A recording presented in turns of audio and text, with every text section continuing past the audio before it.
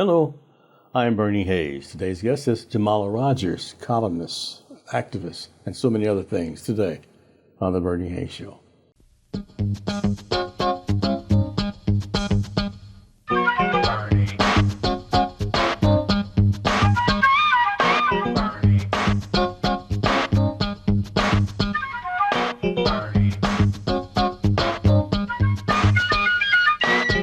Welcome back. My guest is Jamala Rogers, longtime activist. Jamala, welcome. Mabaragani. And Jane Mabaragani, thank you for having me. Oh, it's a pleasure having you.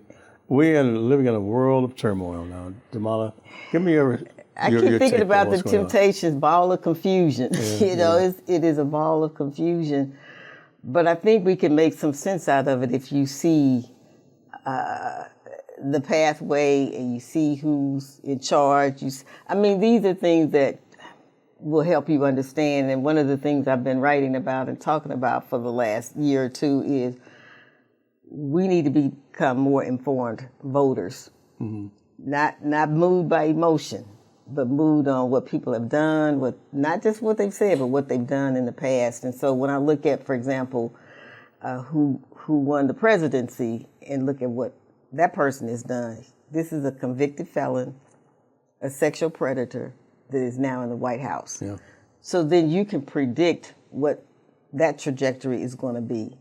It's going to be about corruption and everything else. So I don't think we can expect anything less. And then when we see who he's brought on, and then you look at their history, then you know it's going to be turmoil. And already you see confusion even between them as they start to jockey for power in the White House. And so, and then you come to the state level and you see what happens. We lost local control of the police department this week. Terrible. Yeah. And this is incredible because this like Prop A that was going to increase the minimum wage and also give paid sick leave is being challenged. Yet those were both issues that voters said by majority vote, this is what we want. And yet you have a legislature who said, no, that's not what you're going to get. So I think we're in times where democracy is definitely being challenged, but also people's participation and their civil liberties and human rights. And so I don't think this is the time to be faint-hearted. I think this is the time to be resolved, determined, and get organized. You know, I've been reading your columns and listening to your radio program, and that you've been very involved, especially in this coming election cycle. Tell us about why you're so involved and what's your mission. So, one of the things, I don't personally endorse candidates, but one of the major organizations I'm a part of does, and that's the Organization for Black Struggle. And we endorsed Tashara Jones for her re-election. And that's because even though there's been some missteps and people know there has, and people have seen me speak out. And also, I've been one of the ones down there at the jail protesting about the deaths. So she's not getting the pass. But on the other hand, this is her first term. Yeah. And she inherited quite a mess. So my thing is like, how do you support the candidate through the first 4 years and then make sure that they're on the right path for the next 4? See, and I wrote about this, it's on the St. Louis American website. It's not in the print edition yet. But I said making St. Louis white again because we're doing the same thing on a local level that is happening on the national level. Yeah. So when you start looking at the fact that, okay, y'all say that Tashara Jones is goofing up, but now you're going after Darlene Green, who's kept us with AAA rating for 30 years? At least. Now, what is it about her? So you start to look at, white candidates. You look at what happened even in St. Louis County, where now the prosecutor is white. Yeah. So Mrs. Bell left. Yeah. So you start to look at the shifting of the sands, and you say, making St. Louis white again. That's what this is all about. It's not about she did a good job, because I think Tashara Jones made a good point when she talked about the police department. Like the crime is going down, homicides are going down. They weren't interested in that. They just want that department back, and the White Police Officers Association doesn't want to be under local control where it's going to be accountable to the citizens. Sure. They'd rather be accountable to a white governor. And so there we have it.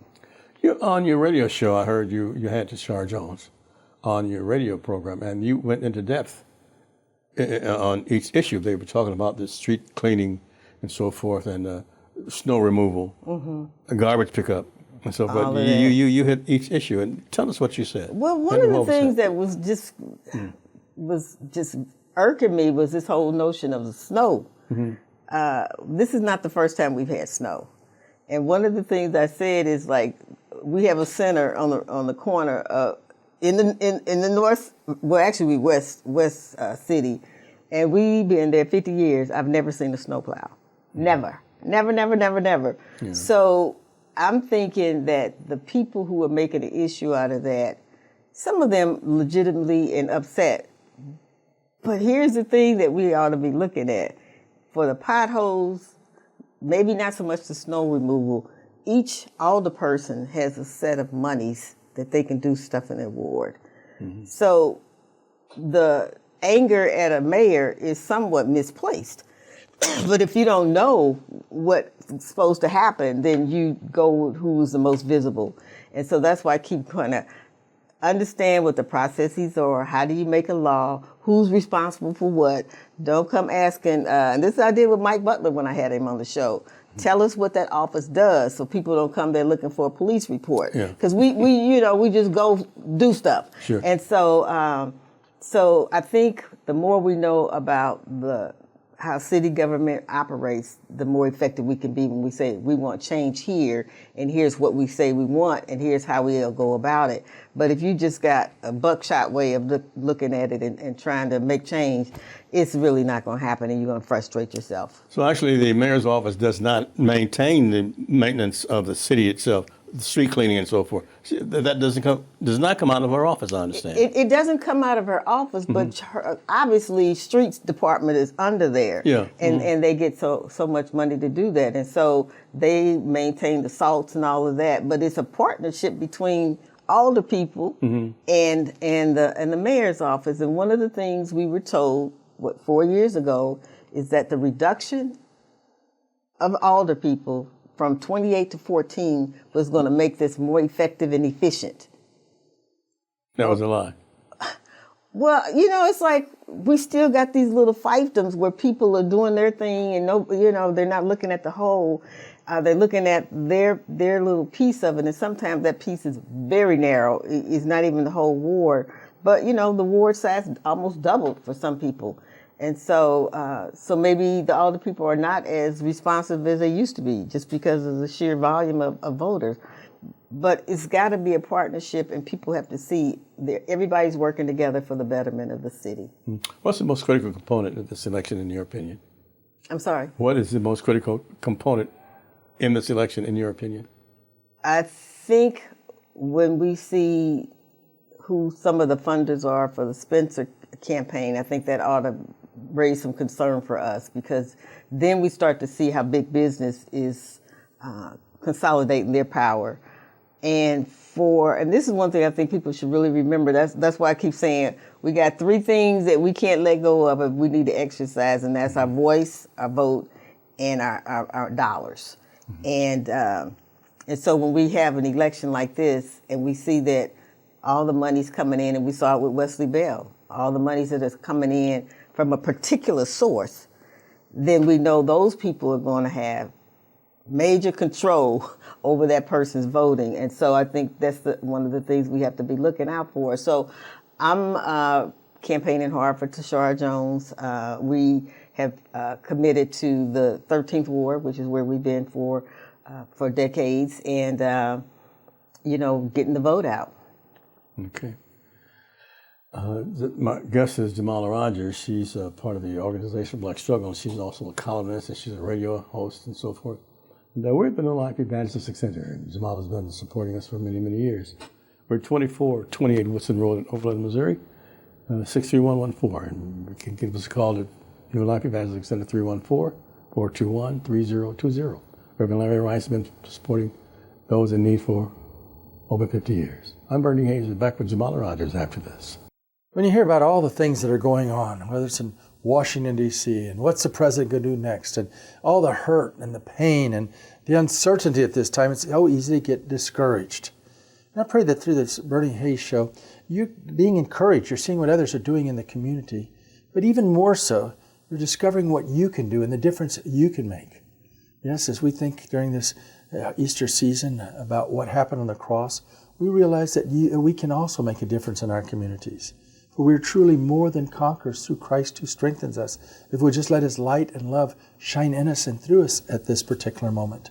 In the brokenness of our community, whether it's those that are on death row, those that are locked up, those that are homeless and broken on our streets, we can be empowered with the empty tomb, the reality of the resurrection, to the extent that we can move in the midst of all of that.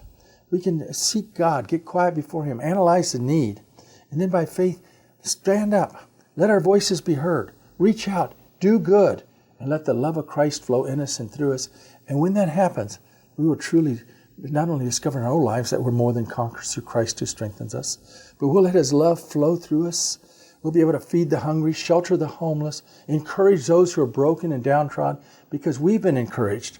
And that's why I want to encourage you to get into God's Word daily, read it, seek the Lord, and let Him show you what He wants to do in you and through you at this particular time. Deuteronomy chapter 15, verses 10 to 11. Give generously to the poor, and do so without a grudging heart.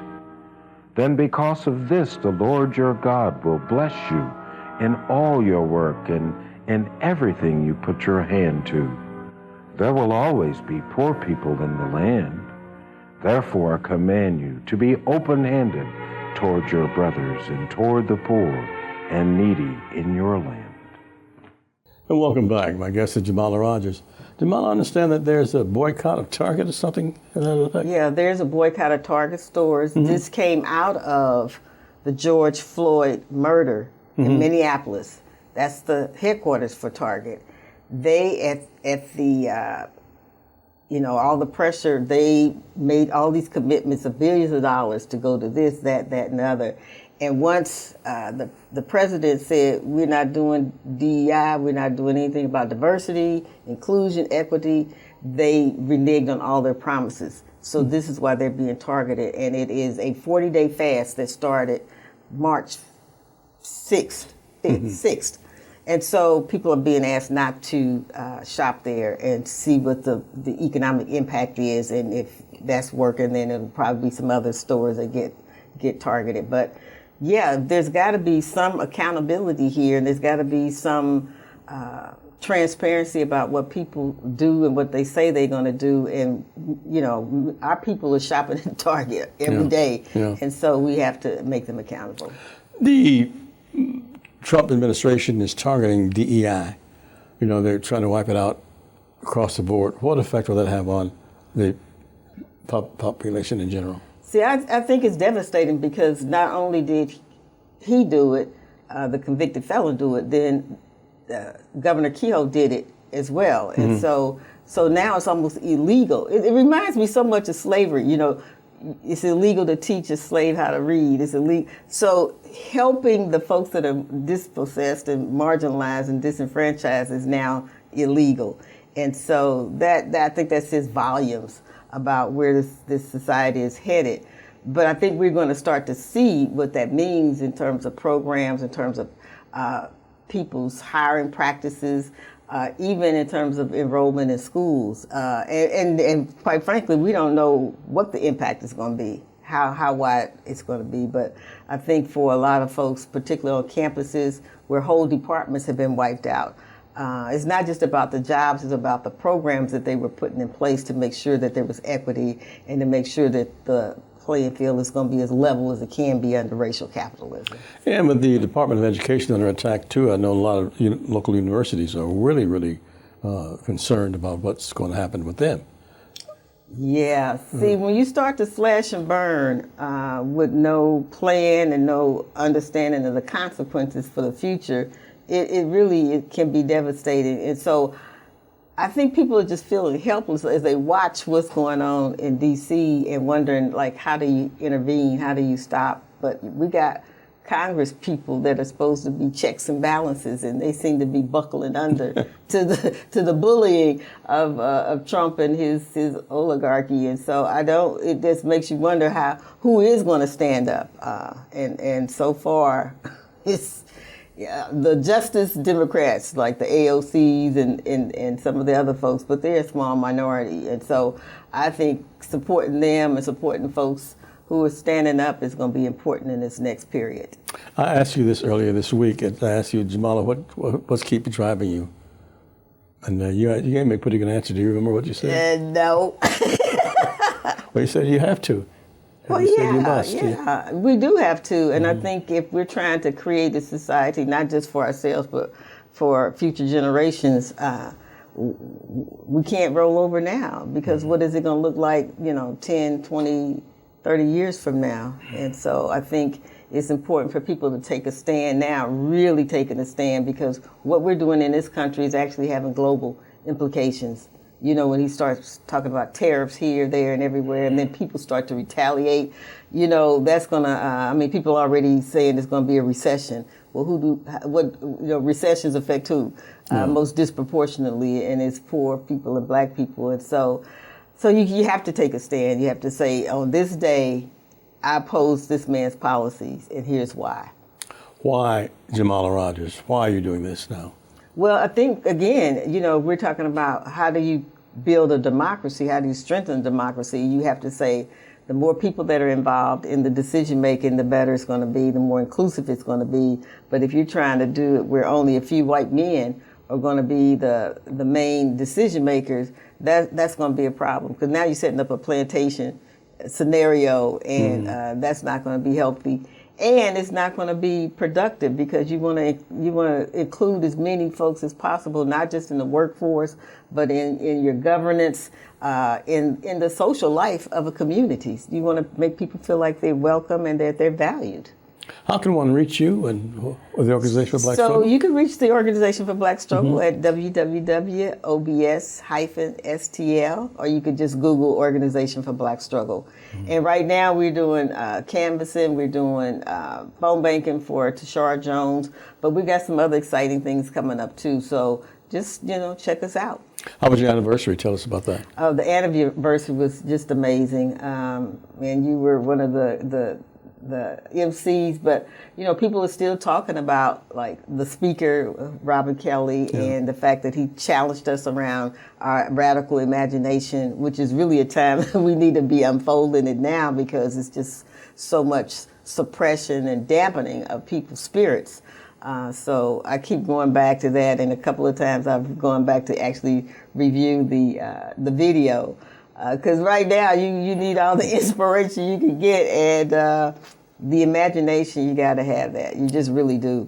For those viewing us right now, what message do you have for them? I think the message is, this is your community. You need to be one of the driving forces about what it looks like, how it operates, who governs and who doesn't, and just be an active participant. Well, jumping on that, how important is this upcoming election, general election in St. Louis, St. Louis and St. Louis County? I think it's real important, because and I've said this in the article that I did on Making America White Again, what you then do is create a stranglehold that connects with the state and federal. And this was the last sort of blue spot that people were hopeful that, we could make some things happen here. And so when I look at the fact that corporate folks, and it would be different if they were like good neighbors or good social responsibility, but it's all about money. It's all about, like, power. And so when we see that happen, and that means it's not going to go well for poor folks, so working class people. For people living on Terry and Kings Highway, what difference would it make if the local control is under the state or city? So that's an interesting question, because people say they don't see the difference. But, I think when you have a police department who knows they're accountable to you, their finances are accountable to you as a citizen, their behaviors and policies are accountable to you, then they behave differently. And we can point to other cities where this is happening. But, they go rogue when, they don't. I mean, how can a governor be responsible for cops in St. Louis? He's not on the streets with them. He's not watching how they police, North St. Louis. And so, when we look at the fact that there were Democrats who supported that, white Democrats, we know then it's really not about, again, it goes back to white supremacy. We're not really talking about Democrats or Republicans, because the Democrats lined right up with the Republicans to take the police department away. And also, how is this impacting the local oversight? Police force? And that's yet to be seen, because the bill is so draconian. It's almost like there's no way to challenge it. But I think we have to find ways, and that again goes to the imagination and the creative ways that we're going to have to look at protest and intervention, because I don't think you can have local control of a city of this size being dictated by somebody in rural Missouri. You just can't. Yeah. So I think it's important, and people don't necessarily see it, but we still were really in the process of making that whole system work. Yeah. Because all along the way is all these obstacles and pushback, and so people may not have seen the fullness of having local control, because it's just been a rocky kind of journey. But yeah, you start to see not as much police brutality incidents, police shootings. So I think the way that people are governing and the way that citizens are responding, if you're feeling like you have some rights, then you're gonna act differently in your community. So I think it's gonna be devastating, and I think we're gonna be in a country, in a city, in a state that is going to be lots of upheaval and lots of violence, because people are going to be angry, mad. They're not going to have money in their pocket. They're going to be angry. And so I think to the extent that we can redirect that anger to making sure that we put pressure points on making sure something is going to happen differently, then I think we'll be better off. Okay. My guest is Jamala Rogers. We're at the New Life Evangelistic Center, 2428 Woodson Road in Overland, Missouri. Back with Jamala Rogers after this. Imagine walking all day, carrying all the things that you possess on your back, the weariness and the heaviness, and not making it to your appointments. That's the reality for thousands who live in our communities. And that's why on April 5th, we're giving you an opportunity to make it a change in their lives. Join us for our 3rd annual Walk for the Homeless. We're going to walk so the homeless can ride, raising the support New Life needs to provide bus tickets to men and women who are homeless on the streets. You can register for this fun and beneficial event by going to newlifeevangelisticcenter.org/events or call 314-421-3020. You can walk with us or help sponsor those who are walking so that we can help those who can't walk, can't get to where they need to go. Help us walk so the homeless can ride. Our Black History subject for today is Annie Lou Cooper, who was born in 1910. She registered to vote. She lived in Kentucky and Ohio, and she told friends and neighbors that she intended to vote in her hometown, Selma, Alabama, as well. But when she tried to register, the registrar told her she didn't pass the test. On January 25, 1965, she had been standing in line for hours at the county courthouse. The police arrived to break up the activists, including the notorious local sheriff, Jim Clark.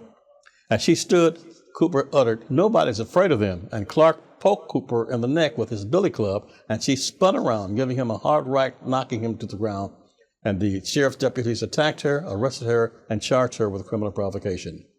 "I tried to be nonviolent," Cooper told Jet magazine, "but I just can't say I wouldn't do the same thing all over again if they treat me the brutish way that they did this time." Cooper died November the 10th in 2010. Is anxiety becoming more and more a part of your daily living? Is it sucked all the joy out of you till worry begins to dominate your life? Then I want to encourage you to take the nature prescription that is given in Matthew chapter 6, verses 25 through 34. Experience the peace that passes all understanding As you move into the beauty of creation, meditating on the God who's created all this, letting His Word unfold in your life. When He says not to be anxious, don't be anxious, but consider the lilies. They don't go out here and toil and spin, and yet look at them in all their beauty, the flowers. Look at the birds. They don't worry about what they're going to reap and sow, and yet your Heavenly Father takes care of them. He'll also take care of you. But put first the kingdom of God. Jesus Christ, through His death and resurrection, made that possible. Commit your life to Jesus right now. Call upon Him in this day of trouble. He will deliver you, and you will experience His peace that passes all understanding, giving you the ability to stop worrying. Welcome back. I'm Bernie Hayes. My guest is Jamala Rogers. Jamala, as a wrap-up, what do you think the most important things we should be talking about right now? Well, we have an important election coming up for the school district. We're going to be electing new board members. Mm-hmm. And as you know, the St. Louis Public Schools has always been in the crosshairs, and we just had a superintendent that mismanaged, millions of dollars. And so I think having a unified school board is going to be important going forward. Now, unfortunately, some of the candidates are charter school candidates. That means like they basically are being funded by, groups like Opportunity Trust, Rick Singfield and Rex Singfield. Yeah. And so those folks are not really interested in the education of our children. Right now, it's a business, and it's like how much of that school public dollars can they get? And so it still doesn't bode well for our children, who basically in the school district are almost 90% Black and on poverty level. And so I think the school board is going to be an important election as well, because that's going to determine the next, trajectory of the school district. And right now, it's struggling. It really is. How can one support the Organization for Black Struggle? Well, there's a number of ways. You can join, you can become a member, and we have 3 categories. You can be active, support, or sustainer. But there's some activities that are coming up, so come to the website and see what's going on. Or you can come to my website, because I always try to keep some of the events that are coming up on my website, because I make the announcement on Voices from the Battlefield. But I just think we want to be just more engaged than we have been, to pull some time away from feeling oppressed, feeling down, feeling demoralized, that we find some way to make a difference by finding an issue, finding people that are working on that issue, and let's make something beautiful happen. You have a youth component to your organization. Tell us about that. So the youth organization, right now we had a young woman who was Jamala Rogers, young visionary, and she came out of the tragedy of Central Visual and Performing Arts. Mm-hmm. And she's got a lot of ideas about what she wants to do. And we're just looking at like our Saturday program, policies that affect young people. But the main thing is really getting young people involved in their own lives and own understandings. I keep talking to people who say our kids don't know their history. Somebody was telling me they were asking folks about the mayor's race. They didn't know who's running. They didn't know anything. So that's on us as adults. So we have about a minute left. In parting, what would you like to say? So I just want people to be involved. If you don't get involved in the Organization for Black Struggle, find another group to be involved in that's really trying to make transformative change. Complaining and moaning and groaning is not helping us. We need to get that energy bolstered up and connected with other people who have energy to see how we're going to make this city, this state, and this country work for everybody and not just a few. Thank you, Jamala Rogers. Thank you. Thanks to each and every one of you for supporting the New Life Evangelistic Center, 2420 Woodson Road in Overland, Missouri. I'm Bernie Hayes. Until next time, have a great day.